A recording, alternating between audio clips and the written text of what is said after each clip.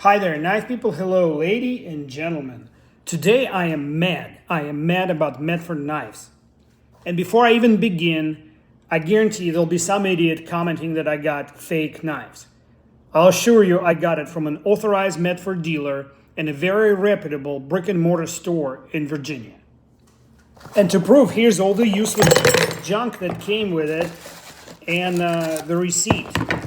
I bought two because I got a 20% off knockdown for me.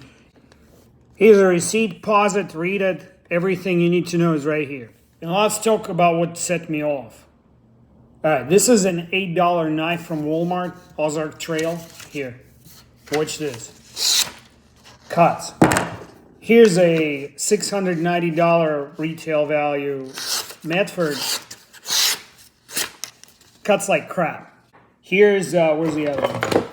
Here's this Midi Slim. That was the Infraction, right? This is Midi Slim. It won't even start a cut properly. See that? See?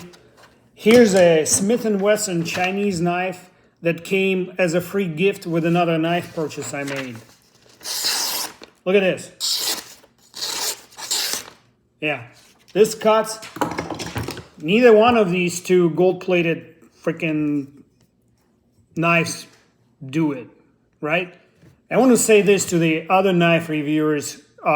Thanks a lot for all you do, but listen to me. You don't need to blow smoke up these companies' ass, because if you do only blow smoke up their ass, this is what you get, okay? Call them to task. Somehow this decision maker in China was able to say, hey, we're going to sharpen this freaking knife that the Americans don't go on YouTube and blow their horn how our $8 knife doesn't cut. How about $700 knife that doesn't cut? Talk about it, people. I don't need to be the only one talking about it. If you're interested in watching how I'm going to address all these features, stick around. Next, I'll be explaining why I marked this knife with a black marker at the tip and what am I going to do with it. All right, when I folded the knife, I noticed the tip asymmetry. Can you see it? Here's another shot of it side by side with the first one. Very asymmetric grind. And so when I colored it black and I marked the center, this is what I get. Off-center edge is an amateur mistake that should not be permitted on a $700 knife. Look how the width varies consistently from one end to another if you flip the blade on the other side. That's a symptom of a very amateurish problem. Basically, the jig that held the blade when they sharpened it was not squared or perpendicular to the grinding media. All right, next is a minor problem in comparison to not cutting paper and being totally asymmetric is this plunge location. So if that plunge was 1/8 of an inch farther up the blade or toward the handle, then these smiley face, this side is pretty good still, but this side, look at the smiley face on that, on the wider side. See how it rounds all the way up the plunge line there? Another YouTuber, Neves Knives, talks about it all the time, and he's a professional sharpener. And clearly, Medford is too cool to listen to the voices of sharpening professionals out there. All right, here I measure at the widest part of the edge here, where the secondary bevel is the widest, and it's measuring 26.5 degrees. So I don't know what century we're in right now, because most companies shoot for not more than 40 degrees inclusive. Looks like Medford people decided on a 60-degree angle. So I am settling in for a long day of edge reshaping because it's going to take a while to correct this edge. Medford people, I don't know who your target buyer is for these knives. Maybe it's just, but based on the price, you're shooting for a collector's market, right? A knife connoisseur market. We pay attention to these sort of details. What is it? 54-degree edge is excessive. Asymmetric edge is unacceptable. So let me go do some work sharp magic here, and I'll come back and show you the results. Wow, 2 hours later, and I am still not 100% satisfied. I got the angle on the two secondary bevels to 17 degrees. The thickness behind the edge was so thick that the knife looks now like it has a scandy grind, which in itself is not a bad thing. Does it cut paper? It cuts paper great now. Am I happy? No. The reason I'm not happy is I think the primary grind on this knife was also slightly asymmetric.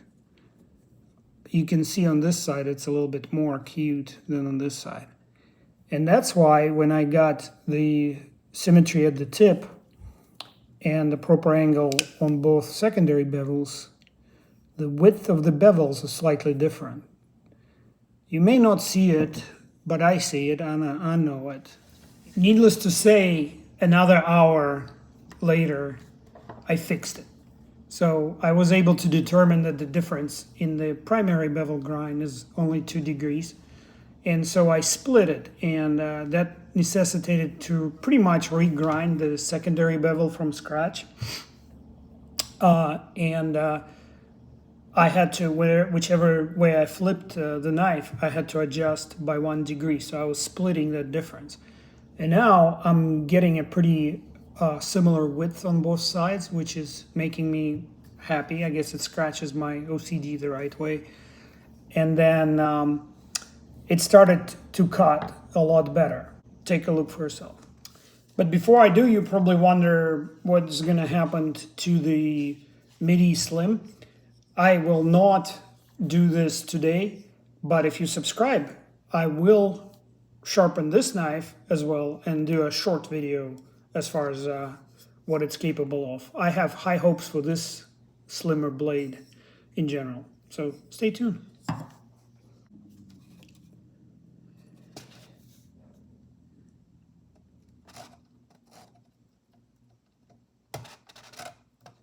Clearly, on this first cut, I did not anticipate how much resistance will this blade meet because of how thick it is.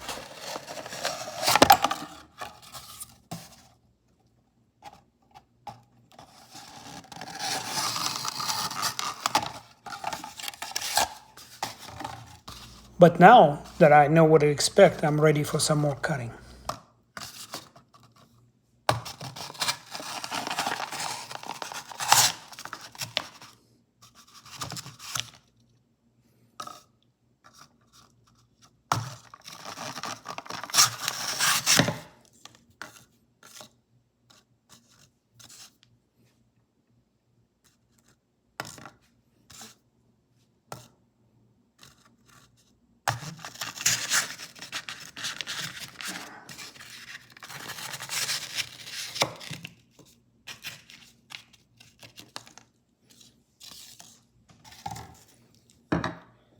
Well, we'll call it reasonably sharp.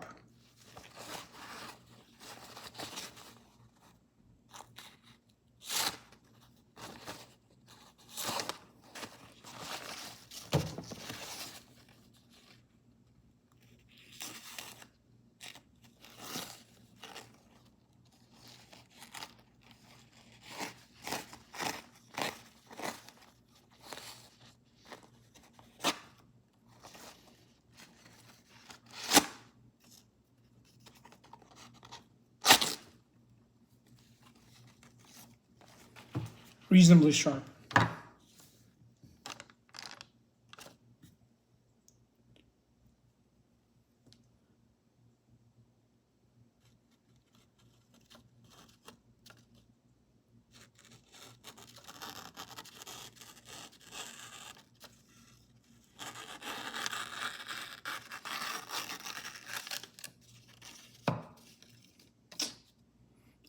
Reasonably sharp. I'm wrapping up. I just watched what I filmed so far, and I have to say I'm one crazy mofo here. You know, OCD. I guess thicker blades are not for me because I will never be happy with the level of cutting you just saw. And I think I reached the end of my rope as far as being able to sharpen it. I think maybe on a stone system, I could get a keener edge, but there are professionals out there that do a much better job at that than I do. And after all, this is not going to be my permanent EDC knife. It's just a little on the bigger side of comfort for me. But I really got to know this blade, and I'm glad I did, because with all the negativity, it's still an awesome knife. Just feeling of it and sound it makes, and when the blade sets home, it's just a fantastic knife. Would I buy one again? Only in person, and next time I'll examine it much closer.